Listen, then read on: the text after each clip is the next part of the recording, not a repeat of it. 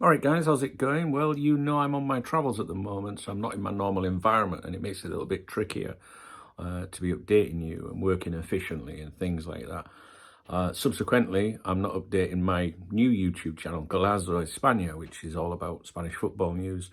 But normally on here, each day I review the Spanish football dailies for you guys, and that's what we've been doing for a long time. That's what spawned the other channel. And one thing that I noticed when I was reviewing the papers today was something about Dean Huijsen, who is an amazing centre-back. You've heard about him. He's 19 years old. He plays for Bournemouth. I went and watched him play recently for Spain against the Netherlands at the Mestalla at the the home of Valencia. And there's been a lot of chatter about him, right? And anyway, when I was reviewing the papers today, just trying to find a couple of bits and pieces, like Mamardashvili, for example, will be in action for Valencia this evening. They're at home tonight, so it'd be interesting to see how he does, for example. There was also a bit about Real Sociedad honouring John Toshack at the end of the season for his contribution to the club. So I was doing them kind of things for you. And in one of the publications, there was a reference to Dean Huijsen, this interview that he's given. And I think it's really, really, really interesting. I think you'll find it interesting. Now, people that I know, they say that Dean Huijsen is a player of interest to Liverpool. But, being a Liverpool fan under this current, ownership or the existing ownership or whatever, when someone says on the radar or attracting interest is being monitored, I'm like, yeah, whatever, right? Do you know what I mean? You know how it goes, yeah. And recent reporting has suggested that Real Madrid really want this player, but they weren't looking to recruit a centre back until 2026. And if you follow my my daily updates that I do from Spain usually, you will know that the message that has been coming from Madrid, and I do have a contact now at Marca at Madrid, in Madrid, the reports about Real Madrid, was that they're not willing to pay what's said to be a £50 million release clause. So, because they don't want to do business till next year, but if they do it this year, then maybe we'll do it because he's a great player, but we don't want to pay the full price, which could give an option for the clubs to step in. Liverpool, you hope. I do. I'd give anything to sign this defender. Trust me, that's how highly I rate him. So, but even if Real Madrid didn't get him this summer, I've been along the lines of, well, he ain't gonna sign for us. He wants to go to Real Madrid or whatever. So this is why this interview is significant, right? So I'm going to go through it with you.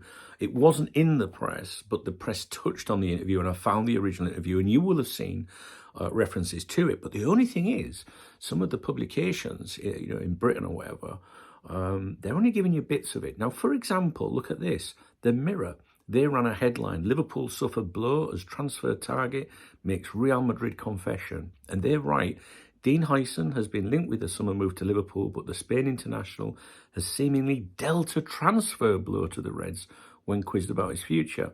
But they don't include the entire interview, right? They only mention the bits where Real Madrid comes up. Liverpool come up in the interview, and they don't reference that bit. And he leaves the door open a little bit, right? So here's what he said.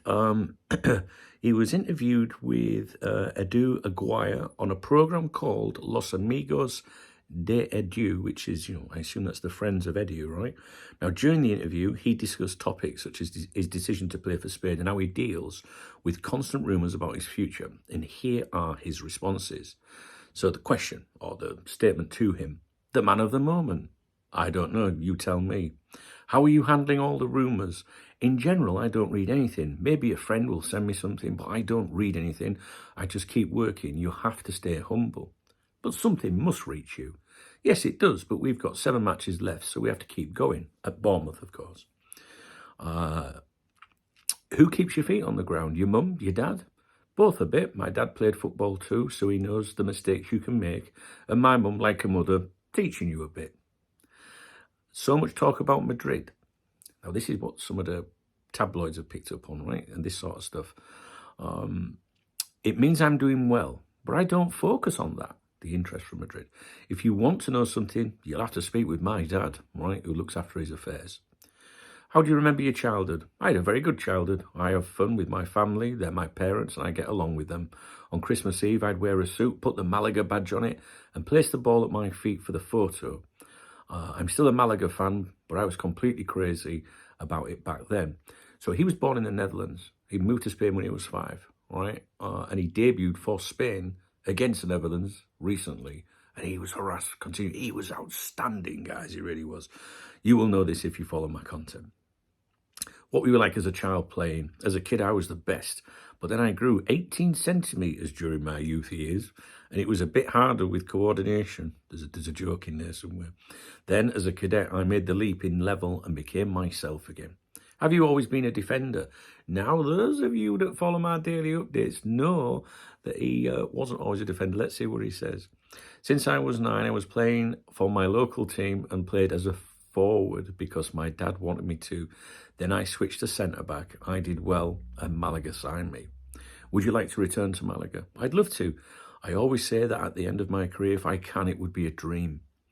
What were you like as a child? Always playing football, and if not, I played FIFA. You've been at Juventus, Roma, Bournemouth. Has it been hard adapting to so many languages? No, Italian is very similar to Spanish. At first, it's a bit harder, but after 2 or 3 months, you can understand me. After 6 months, I spoke well. At home with my parents, I speak Dutch. How's your life here? Very peaceful. It's a small place, but it's nice. There's the sea, and when it's sunny, it's nice. My parents always come to see me. There's a direct flight from Malaga to Bournemouth. How would you define yourself as a defender?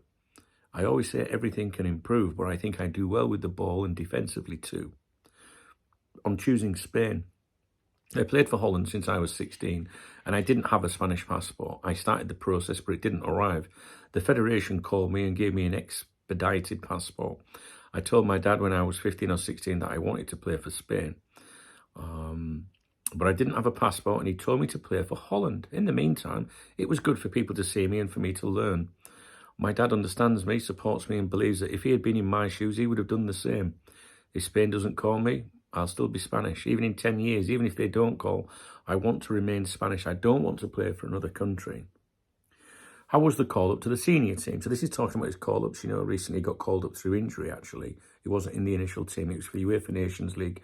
I think quarterfinals, wasn't it? First leg to second legs kind of thing. I went to the second leg in Spain. I was already in Madrid because I was at the under-21s team. I rented an Airbnb with Mateo Joseph. I woke up and saw 200 messages on my phone. I turned off the notifications and saw that the team's delegate had messaged me asking me to call her when I woke up. I called and I was delighted. It was a dream. Does it hurt to be criticised from Holland? No, it's good because it means they care about me. If they didn't whistle me, they wouldn't care. I like the answer. I do like that. A lot of teams want you. I don't know. I have no idea. Madrid? It's a big club. Every player wants to play for the big clubs. We'll see. Your idol, Sergio Ramos. Chelsea, Liverpool or Madrid. They're all big clubs. I don't know. It depends on many things. I have a release clause, but I don't know the price. Return to Malaga. I'd love to. It would be a dream. We've covered that bit. Did you see that El Chiringuito talked about you in Madrid? My friends sent it to me. Some told me go to Madrid, but I just laughed. What can I say? I also have some friends from Barca. They tell me not to go to Madrid, and the Madrid fans tell me not to go to Barca. It's obvious that Madrid and Barca have great players and are among the best. Where would you fit best playing? I don't know. I like that answer. Does the national team have a centre-back with you for the next 10 years? I hope so. And if Liverpool signed him, he would be our centre-back for the next 10 years, unless Real Madrid came and got him. Asensio.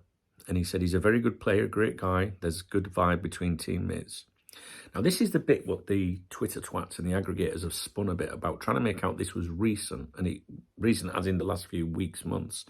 And the question was, or the statement was, your dad was at Valdebebas. Now, Valdebebas is Real Madrid's headquarters, if you like, their facility, right?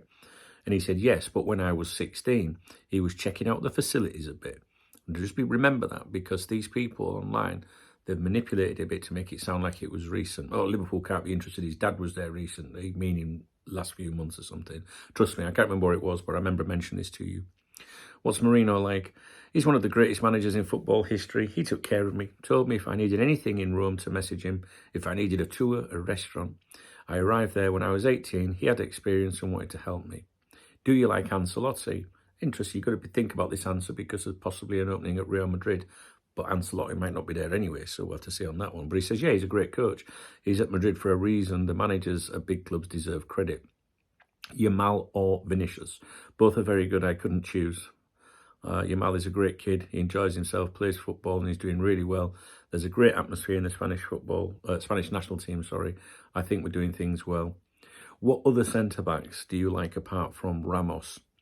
I really like Piqué. Van Dijk is a very good centre-back. I'm young. I haven't seen too much. And then the last question was top 3 best players you've seen. Messi, Ronaldo and Neymar. So the key bit here for us, and I don't want to just read you the Liverpool bit because I want you to understand the player, right?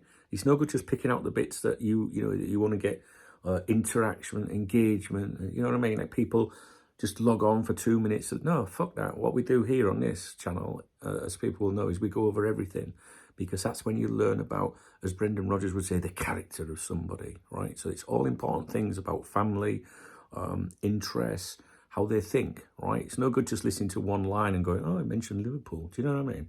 So but that is the key point for us. And this is why I think it's interesting because, again, Chelsea, Liverpool or Madrid, they're all big clubs. I don't know if I will go to one of them. I don't know which one I could go to. It depends on many things. Sorry, that wasn't him saying that. That was me saying that. Let me just be clear about that. I was explaining what I think I don't know means. His quote, right? They're all big clubs.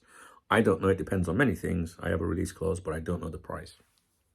And that, to me, I think is a significant thing. I didn't expect him to say that, to be honest. Leave the door open. You'd be stupid to say, no, I would only play for Real Madrid, you know. And at the end of the day, with the biggest thing here is Real Madrid would like this player, I think. They admire him immensely. But I don't like using the word sources and contacts and things like that. People that are more aligned to Real Madrid than I could ever be are telling me that Real Madrid didn't want to sign a centre-back until 2026, are in no rush to do so, really like him, would love to sign him, might make an exception, but don't want to pay the full release clause, which I think is £50 million. Liverpool, I said this for a couple of months, however long it is, I don't know. For any chance of signing this kid, I think you've only got this summer. And I really do think it depends what happens with Real Madrid anyway, but the slightest chances surely has got to be only this summer. And if I was Liverpool, I'd go in there fucking guns blazing with that money. I really would. Anyway, I wanted to update you with that, right? So that's all I've got to say on that front. Even though I'm not at home at the moment and I'm travelling, and it's going to be a bit difficult updating you, I am checking the Spanish paper. I'm looking over there because my laptop's still open on the papers. I'm checking the Spanish dailies for you every day, right? See if there's anything to do with Trent and stuff like that. That's why I'm checking. Obviously, I found out about Mamardashvili playing tonight and the Toshack thing. Golazo España, my other YouTube channel, you'll see it come up at the end on the screen or look in the video description. Please subscribe to that, but I'm not updating it. Well, I can't do that at the same time. It's just impossible. But I will keep you posted on anything to do with Liverpool. And this is very, very important, I think, that interview. I'm sure you've seen bits of it, but look how the Daily Mirror spun it, transfer blow for Liverpool. When in the same interview, and he's asked about Liverpool as one of the 3 clubs that's mentioned, he goes, I don't know, it depends what happens kind of thing. It's slightly positive. I'm not clutching, guys, I don't do that, but it's slightly positive and it's not really what I expected to hear. He's not saying, yes, sign me up or I want to go to Liverpool, but he didn't rule it out, You have to speak to his dad. But the thing is, maybe his dad's like, no, you're only going to Real Madrid. You're going to sit tight at Bournemouth until that door or that opportunity presents itself. But we'll see, guys. I just wanted to keep you updated. And at least with me, you're getting the full interview and not little bits here and there that people can exaggerate one way or the other. All right? All right, I'll leave it with you. Don't forget, there's a morning briefing. All the morning briefings are on my other YouTube channel, Duncan Oldham. Again, link on the screen and in the video description. If you appreciate the video, please thumbs up. Please drop me a comment. What do you think about that interview? Let me know, because we've been following the Dean Huijsen thing. And if you want to buy me a coffee or a beer, because I'm on my little jollies, you can hit the super thanks button. I love that under the video. It'll piss my haters off, and I'll give you a shout out in tomorrow morning's morning briefing. But more importantly, give me an update. Well, you can't write on the screen, can you? You know what I mean. Yeah. Let me know your thoughts, guys. Cheers.